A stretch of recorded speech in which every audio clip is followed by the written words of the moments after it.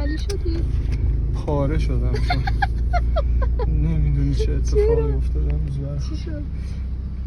این خیلی خیلی ورزشم خوب چسبید بهم. قیافت حال معلومه. داد. خیلی حال داد. قیافت معلومه. آره خیلی عرق کردم. عرق اون کردی؟ یکی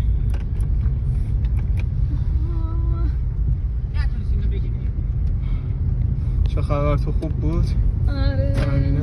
کمی تا قسمتی شلوغ بود. آره آره شما هم نسبتا شلوغ بود ولی خدا رو شکر چیزایی که من میخواستم بزنم خیلی ترافیک نبود. باریکلا. آره خوب پاره شدی؟ آره قشنگ چر خوردم. آره بابا باشه از این جر خوردن ها تازه مانا باشی. ما یه چیزی بهت بگم پشمات بریزه. بگو. برنامه‌مو میخوام عوض کنم واسه هفته دیگه. یعنی الان من 3 ماه دارم این برنامه رو میزنم، 2 ماه دارم این برنامه رو میزنم، باز روز آخر پاره شدم.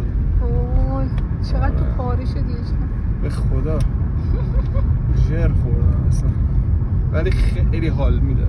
یعنی این با این حالت میای بیرون خیلی حال میده. خیلی به قرآن یادش بخیر اون موقع که شما به سیب زمینی میگفتی دید دمینی. خب ما میرفتیم باشگاه تا خونه 2 کیلومتر 1-2 کیلومتر پیاده میرفتیم با رفیقام، با 1-2 تا بچه‌ها که خونه‌شون اونوری بود.